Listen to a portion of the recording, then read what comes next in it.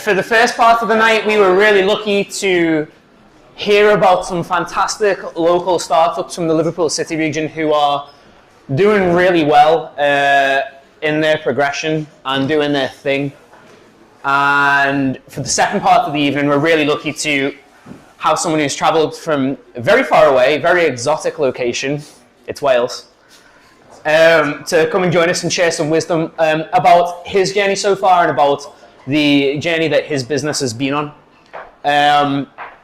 You know, I mean, before we kind of just get into the kind of grit of it, I guess if there's one thing that I find people really value from all the startup grind stuff and from my days of running an incubator and from bringing people from overseas, like, you know, America and Silicon Valley and all that cool stuff here, people really tend to get quite inspired, and they feel the insights of people who've done it before, you know, people who've done this lonely entrepreneurial journey before and have been successful on it. They're inspired by that and they take quite a lot from that. Yeah, so if there's one thing that people really value, it's like hearing it from people that have done it before. And that's why, you know, a lot of the time, the most popular events that we do is with founders who've just sold the business for 10 million quid or $26 million, or they want to hear from VCs who've just pumped out 50 million quid into 20 different businesses.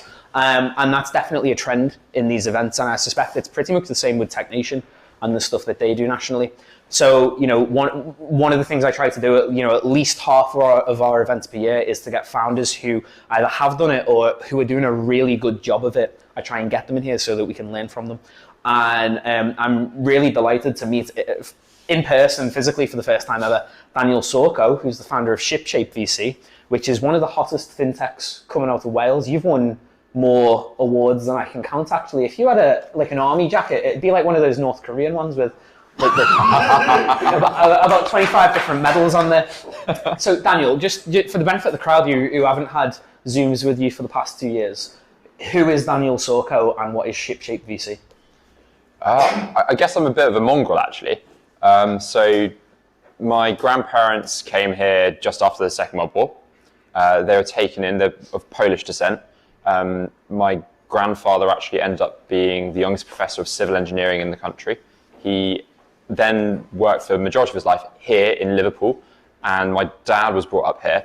I've got a really strong affinity for the city, and I'm lucky enough to have my cousin here in the room with us as well. I grew up in Basingstoke, which is not a pretty place, for those of you who had the questionable pleasure of visiting. No offense, Basingstoke. No one I went to school with sounds like I do, and I sound much posher than I actually am. But I noticed very early on that people seem to take David Attenborough seriously, and I thought that's the accent that I should have so that people take me seriously later. The business I started is in Wales, only by virtue only of lockdown happening at the same time as I was essentially recovering from burnout from a previous startup business that I was employee number 8 into. That's actually where I initially had the idea for the business, but it really crystallized itself for me when I was in lockdown in South Wales. And who am I? I guess I spot problems in systems. I did economics. I like finding alignment of incentives. I think if you've got a system in which incentives are aligned, actually you end up with much better outcomes. And I think the world of innovation and capital allocation within innovation has been really, and excuse my French, fucked up for a very long time. And I saw that problem in that startup, and I saw it in South Wales. And what do I mean by that? So day 2 of that startup journey, I was commercial lead, I was employee number 8. The CEO turns around to me and says, "Daniel, you're good at research. I'd like you to basically take the lead on our Series A round. I'd like you to do pitch deck, financial model. I'd like you to research which investors are interested in our business." And the question that no one was asking, what did that business do? Well, it did FATCA and CRS tax compliance automation, which was pretty niche. And so what I was left with, given that I had no network, I was starting from scratch. Where do I turn to? And this is something that most founders can get on board with. You don't know who is interested in your space. And so you turn to the resources that you've got available. If you've got network, great. Most people don't. If you don't have a network, things like Crunchbase, Investor Lists, etc. And so the problem that I identified was at the most granular level of information that I could find for investors interested in that business wasn't even the name of the individual. It was the name of VC firms that, in theory, invested in RegTech. That was as granular as I could get. Part two of why I started the business, South Wales. So COVID was really scary, and it led to a lot of disruption for medical supplies, for food supplies locally. And there were really technologically driven responses to that from entrepreneurs in Swansea and the surrounding area. It's an area much like Liverpool, where you've got very high levels of human capital, you've got some great universities, but actually the access to financial capital is really low. There's not an easy network, an easy route into London and the sources of capital there. I think within a 15-mile radius, and this is 2 and a bit years in, within a 15-mile radius of Swansea, so you're talking about an area with probably, I don't know, 1 million people in it, I know now of 6 angels. That's it. There's not much there. So, but the university and the universities and like the talent there is amazing. So having spotted that problem, the high levels of human capital, the disparity of the high level of human capital with low access to financial capital, what does that then translate into? Well, it translates into low levels of success for startup businesses. It translates into ultimately we're being left behind no matter how much we invest in the human capital of the region. And that's why I started ShipShape. It's a search engine. We index investors, their investments. We index the content that they're producing. We index the websites, and we basically make that searchable in the same way that Google does with normal websites. So you can type in, let's take vet care. You could type that in, and you can see which investors are talking about that as a particular topic, or which investments they've made in that particular area. And by making it semantically driven and removing it from that SIC code, like people talk about fintech or health tech or green tech or clean tech, that's great. It gives you a very high level overview or tag for an area, but it doesn't tell you who invests in hydrogen powered marine propulsion systems, which is probably what the business is doing, right? Every startup business today is doing something that's really niche. It's always long tail. So how do you find the long tail investors? And the answer is not the way that we're currently doing it. That's awesome. How many months into the business post-launch are you now? Which launch? Yeah. Well, yeah. What would you say? So when you gave me like kind of preview details, login details to look at what looks to me like an MVP. It's a very nice polished piece of kit, I think. You might have a lot more plans with it, but what are some of the things that you've teased out from that? So I think everyone would agree, in general, capital and capital allocators are concentrated in London and the southeast, right? But you must get a lot more insight than just that. Yeah, definitely. And so just for reference, we have pivoted, I suppose, a few times on this journey. So we initially started off with like a subscription model. We thought about charging startups, and then we thought about charging investors. We had some success. So we got up to like, I suppose, 50, 60K ARR from subscriptions. In amongst the subscribers was a VC called Balderton, who, if anyone's familiar, like top tier UK VC, they really liked what we were doing. We quickly realized that actually that wasn't why we started the business. And also we didn't really have it in us to want to grow an enterprise sales team. So we're like, okay, we wanted to open access up. What if we made this free? And the lessons that we've learned by making it free are amazing. So we've had about 5,000 distinct search phrases put in by different startups. And what's really interesting about that, and it's kind of validating, is the vast majority of the search phrases that people put in are really weird. They're really weird. they're in technology areas or business areas that you would never have imagined are even things, like cell scaffolding for like meat cell culturing. It's pretty random, but like it's all stuff like that. It's not. Majority of people aren't searching for like food tech. They're searching for exactly what it is that they're doing and seeing who's interested in that space or who's invested in companies like that. Wow. Okay, that is very specific. I didn't expect that. And so you mentioned there that you're playing around with the revenue model. What do you think that? Can you tell us what you think that is going forward? If it's not going to be some sort of subscription service where it's like, oh, you're a founder, you get this for $10 a month, or oh, you're a VC, you can have it for $2,000 a month. What are you gonna? How does it make money? Yeah, and I suppose the way that we think about it is how do we keep it free? That's how do we keep it free, and how do we add more valuable tools there for founders who are looking ultimately for sources of capital. So there are two ways that we've figured out so far, one of which is advertising. So probably tomorrow, because we've got a fix that we need to do anyway, but it's also going live with our first advert. So we've got a law firm that has paid for a rolling contract with us. They really like our audience numbers. They love getting in front of the C-suite and founders of high growth startup businesses. That's exactly their bread and butter. So that's one. The other is around lead generation, but it's not lead generation as in like you can bulk buy contact information from us. We actually,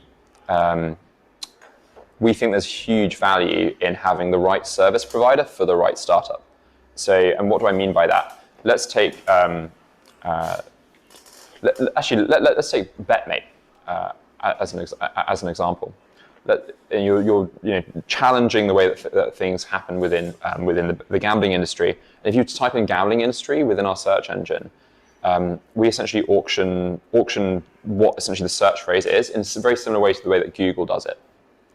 And what that means is that if there's a law firm that has specialist credentials in understanding gambling regulations, they're most likely to bid highest for that information, which means that you don't get a law firm that doesn't know what they're talking about, you get one that does, because they basically know the value of their own expertise for that information. So that's how we're experimenting with it at the moment.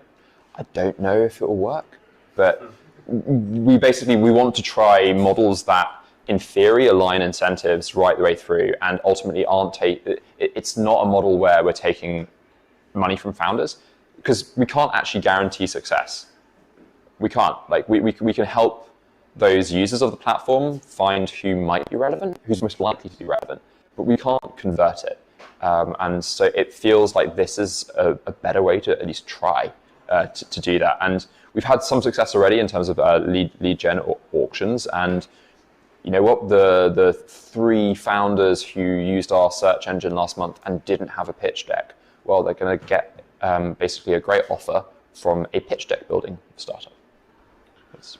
That's very interesting, actually. It's really kind of bucking the trend against, well, we'll just charge someone monthly. I'm really glad that you don't sell huge lead gen packages, because that would be against GDPR. And I know a fantastic GDPR company that I happen to run. If you have GDPR problems, you should check us out. Yeah. That kind of quest for a revenue model that is sustainable whilst simultaneously kind of maintaining the values and the sort of mission orientation of what you were doing as a business and as a team of people working towards that, I think is a really good example of something that founders have to iron out fairly early on with early employees. What are some of the other challenges that you found so far on this journey that maybe some of them were obvious, but maybe some of them might have totally ambushed you and you might not have thought about them in advance? So the most recent one is the pivot in business model actually requires it required a cultural shift. And that actually caught us completely flat-footed in the way that when you go from having a service which is used by enterprise customers who are used to basically relatively crappy systems that are either built in Excel or some technology from like the 90s, and you put that in front of people like yourselves who are far more tech savvy and used to much better quality of service, that gives you huge challenges, both in terms of like the product and the expectation, but also internally, you very quickly realize if your team has the right level of synaptic connection between the different nodes or the different cogs within the machine, and if they don't work, actually you get to realize that pretty quickly. So we realized that pretty quickly. We had a cultural issue. Not most of the team had embraced the change, but actually we had basically enabled a black box to be created, and essentially a monopolistic tendency for all of the information and all of the skills and all of the knowledge about a certain part of the business was basically being completely just sealed up. And that really started to hurt the business very, very quickly because we realized we couldn't make changes. And if you're public facing, if you're getting loads of complaints, actually what people want to see is you can change pretty quickly. So for example, this week we had a complaint yesterday that someone couldn't use the onboarding form. That's been changed and there's a big fix going out tomorrow that will fix that. And a month and a bit ago, that would have taken weeks. So yeah, that's a really big challenge. We just didn't think that changing business model would necessarily impact team culture would stress team culture that much. Yeah, that makes a lot of sense actually. Okay, and so you're iterating quite quickly on this. You've just won a slew of awards. Every time I open LinkedIn, you're all over it. It feels like you're on the cusp of something. I don't know whether it's an appearance on I'm a Celebrity alongside Matt Hancock or if it's some kind of like big business event, but what do you think the next 12 months has in store for you? So what we want to do is basically get better at tracking what success we've helped create. So we've got some anecdotal evidence of, several dozen founders getting in touch saying, we're now having conversations with investors that we didn't know that existed who are really interested in what we're doing. For us, that's like a really good early proof point.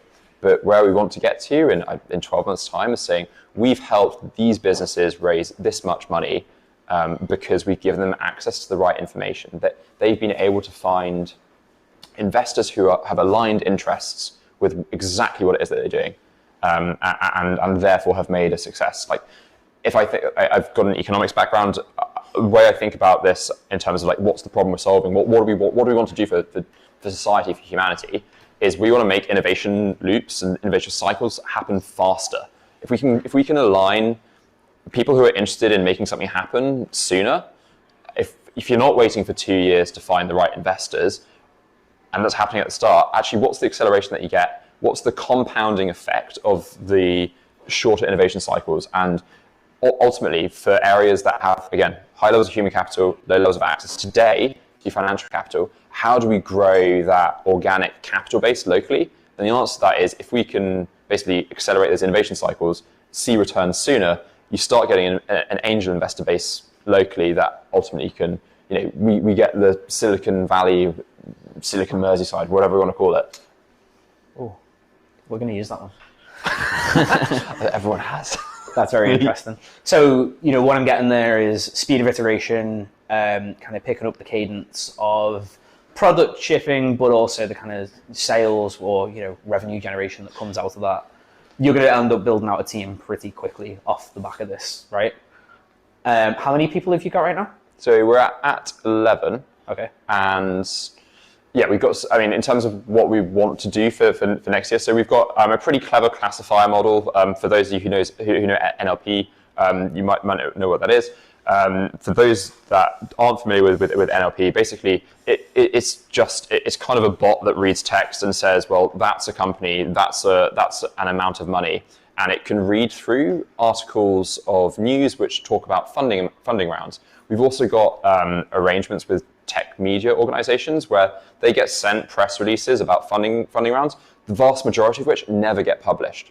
But what we're going to be doing is we're going to be incorporating and basically digitally analyzing who's got funding, what do they actually do, and pulling that through. So you could type in, I don't know, stem cell research or human microbiome disease curing technology, whatever it is. You could type that in, and you could see which funding rounds have happened at what value over time, so that if you're being basically taken to the cleaners by an investor, so what the benchmarks are for how other people are valuing businesses like yours. So that's something that we're really excited about for future, because it's putting that information at the fingertips of the people who really need it, for whom it's mission critical, but ultimately can't at that point in time necessarily afford to pay.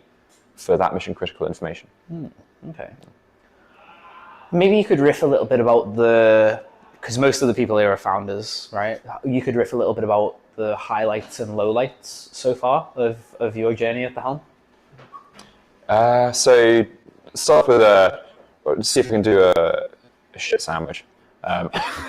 So highlights so far. So the really big one has been, since going live with the free version of the search engine, seeing all of those like thousands of searches go in. One, it's amazing because ultimately we know that we're growing mainly organically. It's mainly by referral. It's by people saying, I found this tool, I think it can help other people that I know are fundraising. So that's been brilliant. What's also been really good is the vast majority of the searches that people are putting in aren't fintech, regtech, biotech, or whatever it is. It's about what their business does, which again, I think shows where the demand for capital is much more nuanced than the way that the current suppliers of capital are marketing themselves.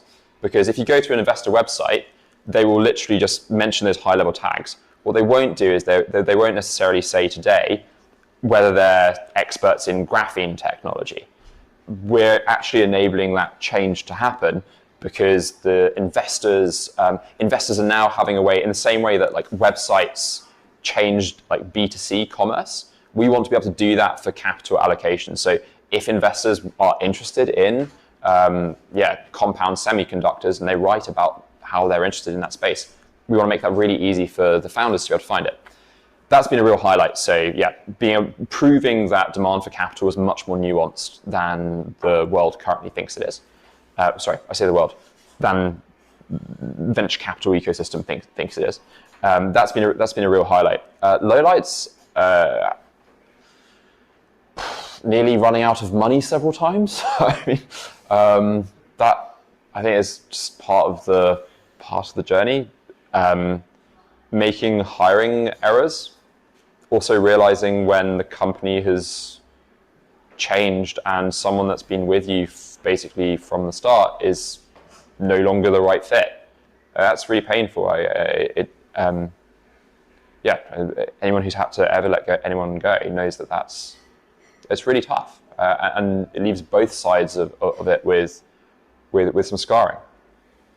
Obviously, all the rejections, people who think that you're just absolutely barking mad, and usually you are.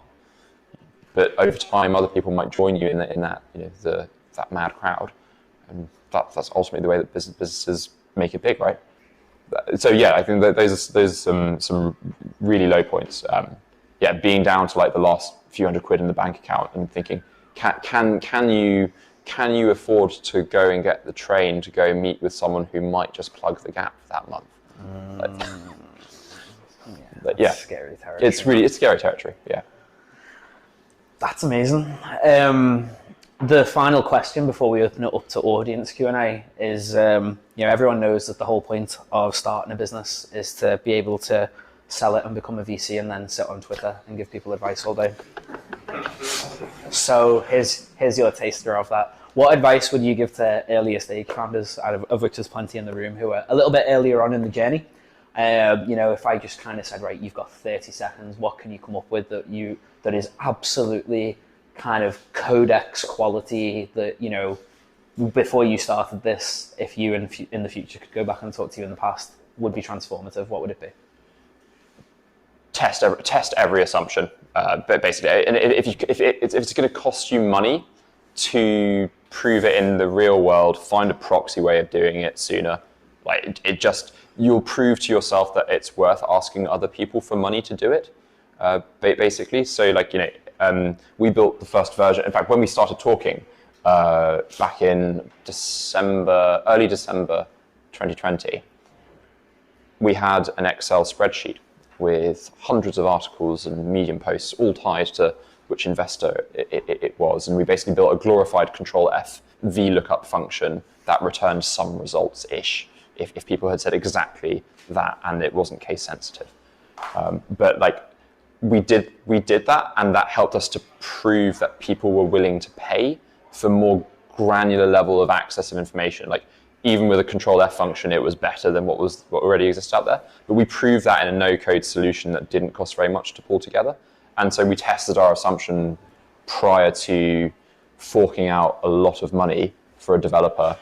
And I mean, developers, regardless of where they're based in the world these days, they cost a fortune. It's really tempting to say, oh, I'll just hire a developer in Philippines or in India, and they'll build out this thing for me. Find ways to test it that don't require code. Even if you have to just test it with 10 people, it's going to take you 3 weeks to document every single thing that they think about it. Like, yeah, that's the biggest time-saving, money-saving, stress-saving measure I think that any founder, actually at any point in the journey, can do. Nice. Do we have any audience questions for Daniel?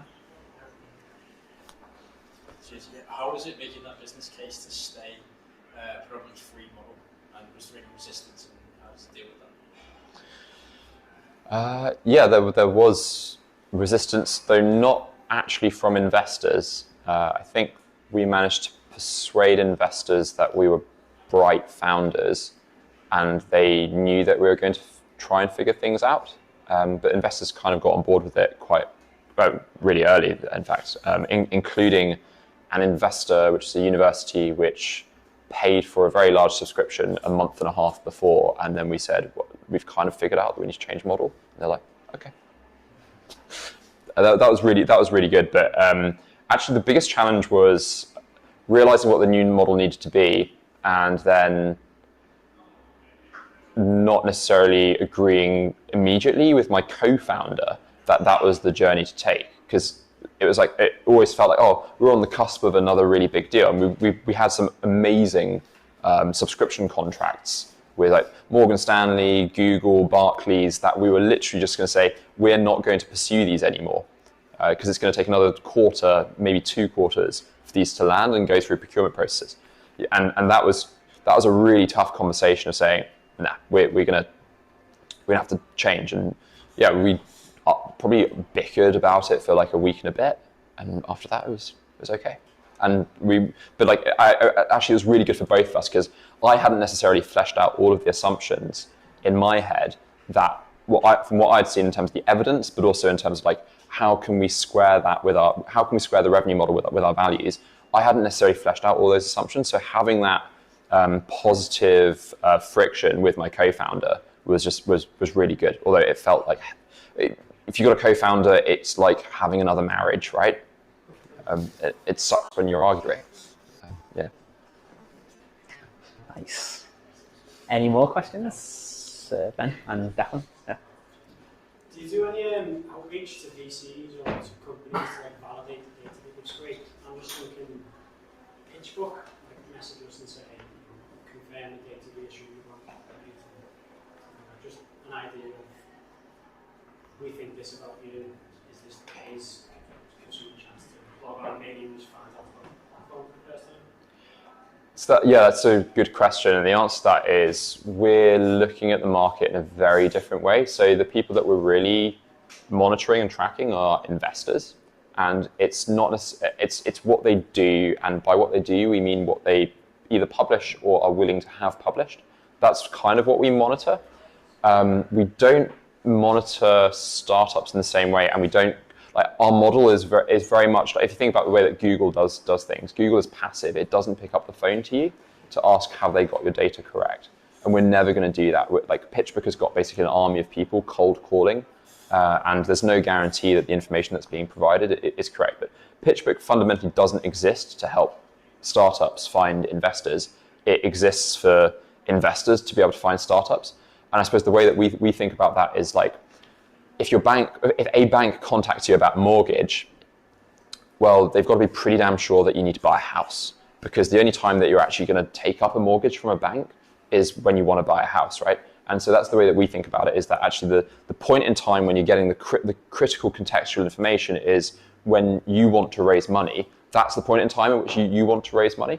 And so that's the point in time in which we're essentially obtaining the data, but also helping you with regards to looking at the other side of the market. What are my options, rather than being contacted? Yeah, we kind of want to avoid the cold calling side of like investors trying to get in touch with startups, because actually the demand for capital happens from many more places than a VC has the capacity to monitor, if that makes sense. So in answer to your question, no, we don't pick up the phone, and we're passive in our monitoring, but it's very much, and which means that there's some inaccuracy, but we're going off public information. Yeah, I was probably more thinking, say if you scrape the data on VCX and you assume that they're interested in this industry and that industry, rather than reaching out to founders, you could reach out to the VCs and say, are you still active in this industry, that industry? Yeah, in fact, yeah, that's a really good question, and actually, I didn't mention earlier in terms of what we've got planned for next year, but we want to do those who talk the talk and those who walk the walk. So we want to do a retrospective analysis of what do VCs or investors say that they're interested in, and then what do they actually invest in, and is there any direct link between the two? Because if there is, you've got someone who's giving reliable signals out. If they're just following the trend and they're just thinking about like, they're talking about how monkey JPEGs are the next big thing, and then don't actually make an investment in that space, then you know that they're following a trend rather than actually carving out their own niche where they can be genuinely value add in the way that you would need them to be. You mentioned building MVP in a sort of no code or low code. Have you fully transitioned out into some sort of more full stack of code base now, and what was that like? Oh yeah, I mean it's an absolute spaghetti monster now of like, yeah, we've got like so we have like full stack, and then behind that there then sits like a data science layer with all of the all of the data feeds and like APIs from the internet. So yeah, that's definitely evolved. And easy transition or start again? Wasn't easy transition.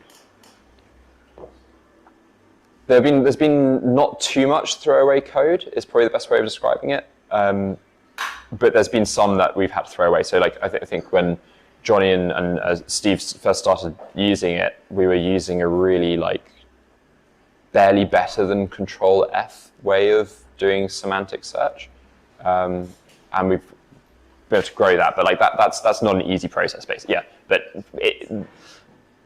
how to describe it? Like this is like we've got some levels more complexity with building a search engine, because it's not quite, you've got several layers to the stack more than you would normally, but yeah, it's not an easy transition. But if you build right the first time, which nobody does, then obviously it's great, and obviously doing it again now, there's all that sort of stuff that you wouldn't do again. But I don't know, I think is this your first, like, is this the first company that you're building the tech stack in? Yeah, for us. Okay. All I'd say is wherever you've identified that you've made a technological build mistake previously, can you frame it in terms of what was the context in which I made the decision, and can I reapply that evaluation next time you're thinking about the step change? I mean, like, yeah, but ultimately everyone's going to make mistakes in that tech stack, right? And it's going to be painful. And Ben from Vidiva, did you have a question? Yeah, I'll touch on controversial. So Mo alluded earlier to female founders, female co-founders, and quite obviously a white middle-aged male, moderately balding male founder. Granted, you and I pronounce Bath probably slightly differently. But have you found that actually being, frankly, like, calling Smith's being white male founder a challenge in any of this sort of current climates? I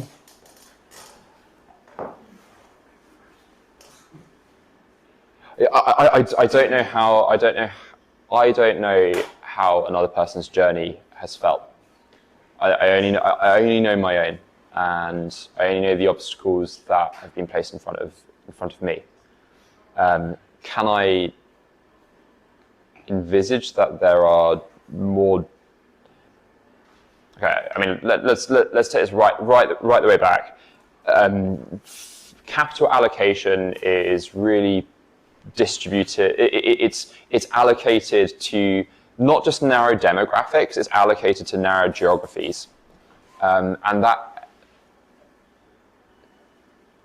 kind of regardless of your ethnicity, if you're white, male, middle-aged, and your tech business is based on the Orkney Islands, you've got about as much chance as someone of whatever color in that same location, right?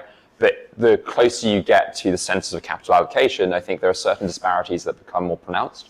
So London has a very diverse ethnic population, but we already know that within London, like the allocation of capital is again on a demographic basis, not allocated in an equal fashion. What I'm really interested in, and perhaps we might be in a position to look at doing more in future, what I'm really interested in is not necessarily trying to skew the results so that they're more perfect, because I think that means that we're sort of saying there's a problem with the world, rather than addressing every single preceding step, like how many people go into STEM subjects and technology, how many people actually start businesses. What I don't think we should do is say we need to fundamentally address the results at the end so they match what we want to see, and just do that, because that's ultimately like, we're admitting defeat. Why wouldn't you? Like, you've got to start right at the beginning if you want to actually address that. There's definitely some merit in basically saying here are pools of capital that are going to grow the base of angels, investors within different geographies, different demographics. But I actually think we're answering part of the problem. And because we're not answering the whole of the problem, we're actually answering it in the wrong way. Yeah, I hope that. It's a good question, and it's a painful one to answer. Because I work in a profession that is predominantly, we're a profession that's 42% privately educated. And you sort of look at it and go, there's this huge skew towards privately educated, white, middle class. You end up in this sort of, it's just a fascinating sort of socioeconomic. Yeah. Yeah, definitely. Yeah. That's really good. Thank you very much. In the interest of time, I'm going to call it there. I know a few of you still got questions, but you come and harass Daniel after we're done. Can I just ask you to please give a big startup round thank you to Daniel and Sawko?